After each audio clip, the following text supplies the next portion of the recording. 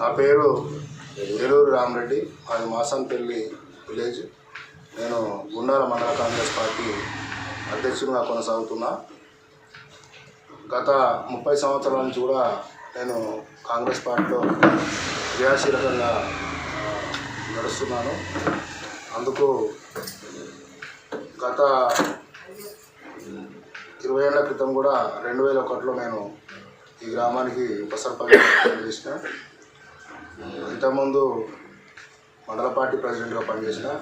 నేను సర్పంచ్ అయినప్పటి నుంచి కూడా దాదాపుగా 1 కోటి రూపాయల సీసీ రోడ్లు ఈ గ్రామాన్ని వేయించడం జరిగింది. మొన్న వీర్ల ఎలయ్య గారు గౌరవ ప్రభుత్వంగా వచ్చిన తర్వాత కూడా 25 లక్షలతోటి ఎన్ఆర్జిఎస్ సీసీ రోడ్లు వేయడం జరిగింది. మంత్రి కోమరెడ్డి వెంకట గారి నిధుల నుండి 8 లక్షలతోటి సీసీ రోడ్లు వేయడం జరిగింది. మళ్ళీ ఒక బస్ షెల్టరు 5 లక్షల రూపాయలు, ఒక అంగన్వాడీ స్కూల్కి ఒక 5 లక్షల రూపాయల చొప్పున ఈ 8 నెలల కాలంలో తీసుకొచ్చి ఈ గ్రామాన్ని డెవలప్ చేయడానికి ప్రయత్నం కృషి చేశాం. అట్లనే ఈ గ్రామానికి వీర్ల ఎలయ్య గారు ఎమ్మెల్యే కాకముందే నా యొక్క కోరిక మేరకు 5 సంవత్సరాల కిందట ఇక్కడ వాటర్ ప్లాంట్ ఏర్పాటు చేయడం జరిగింది. అవి కూడా ఇప్పుడు ప్రజలకు మంచినీళ్ళు కూడా ఫ్రీగానే దాపిస్తున్నాం.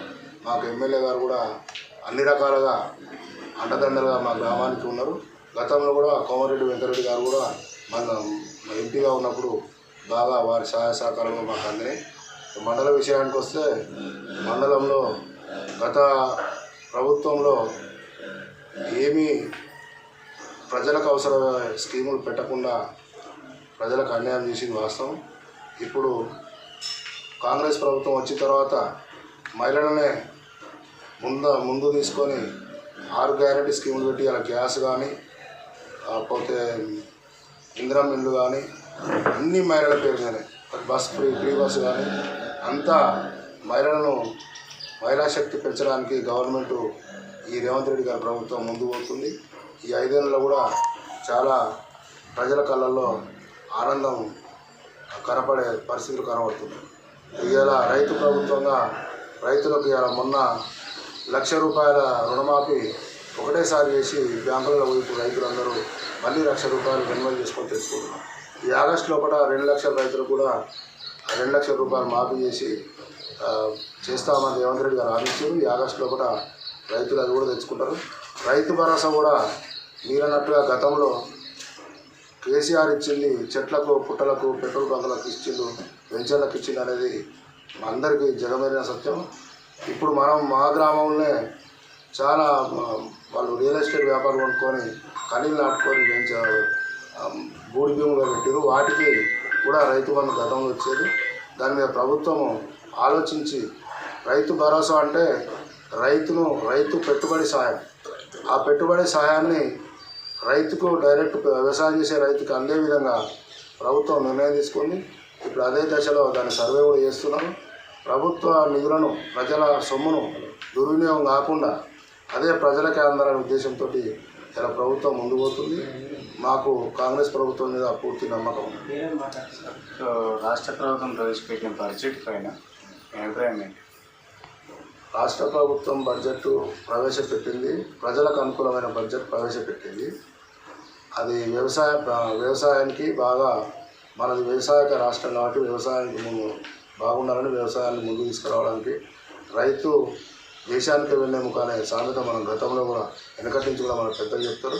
రైతును ముందు రైతును రాజు చేస్తేనే ఏ ప్రభుత్వమైనా కొనసాగుతుందని రైతులను ముందు తీసుకొచ్చే ఆలోచనలో మన కాంగ్రెస్ ప్రభుత్వం చూస్తారు. కేంద్రం రాష్ట్రం రెండు కూడా బడ్జెట్ విషయంలో మోసం చేసిందని చెప్పేసి మాజీ ముఖ్యమంత్రి అంటున్నారు. ఈ మాజీ ముఖ్యమంత్రి గారు మాటలు పట్టుకుంటే, మాజీ ముఖ్యమంత్రి గారు నిన్న వచ్చి ఏదో మీడియా పైన మాట్లాడినట్లు ఒక 150 హామీలు ఇచ్చిండు. నేను ముఖ్యమంత్రి చేస్తా, ఇది చేస్తా 3 ఎకరాలు భూమి ఇస్తా అని అన్నీ మాట్లాడు. లక్షల హామీలు ఇచ్చిండు. పొద్దుకి రాత్రి మందైనా ఏమి అనుకుంటే అదే చెప్పినారు.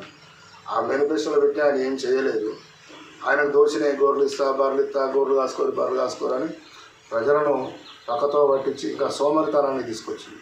ఇవాళ హైదరాబాద్లో ప్రైవేట్ జాబ్ చేసుకున్న పిల్లలు వచ్చి ఇలా వ్యవసాయం చేసుకోవడానికి ముందుకు వస్తున్నారు.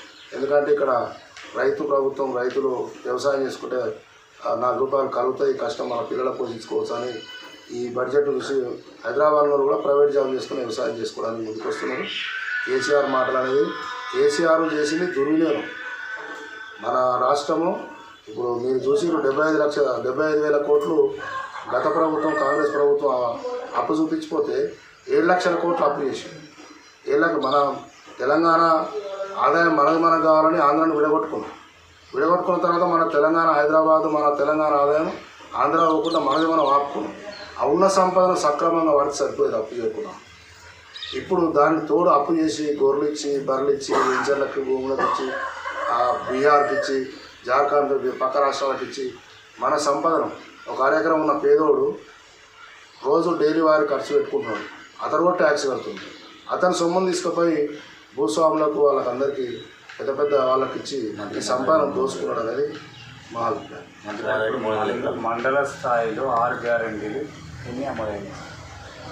మండల స్థాయిలో 6 గ్యారెంటీల్లో ఇప్పుడు ఫ్రీ బస్ ఒకటి మహిళలకు పెట్టేసి కరెంటు బిల్లు 0 యూనిట్ వస్తుంది. పోతే గ్యాస్ వచ్చింది. అన్ని రకాలుగా ఆయన ఒక 2,500 రూపాయలు మహిళలకు వేసాను ఒకటి పెండింగ్ ఉన్నది. అది కూడా అతి తొందరగా చేస్తాం. సార్, ఇప్పుడు ఇక్కడ ఉన్న స్థానిక ఎమ్మెల్యేకి మంత్రి పదవికి అర్హుడా? మా ఎమ్మెల్యే గారు 100% అర్హుడు. ఆయన గతంలో సర్పంచ్ కాల్చి ఎంపీటీసీ ఒక మండల పార్టీ అధ్యక్షులు చేసి ప్రజల కష్ట సుఖాలు తెలుసు కాబట్టి అతను ఎమ్మెల్యే అయ్యిండు. ఆయన మంత్రి పదవి ఇచ్చినా చేయగలుగుతారు. మీరే చూస్తున్నారు. బయట కానీ అసెంబ్లీలో కానీ ఈ విప్ ఇచ్చినా కూడా ఆయన బాధ్యతను విప్పు పాత్రను ఎలా పోషిస్తున్నారు.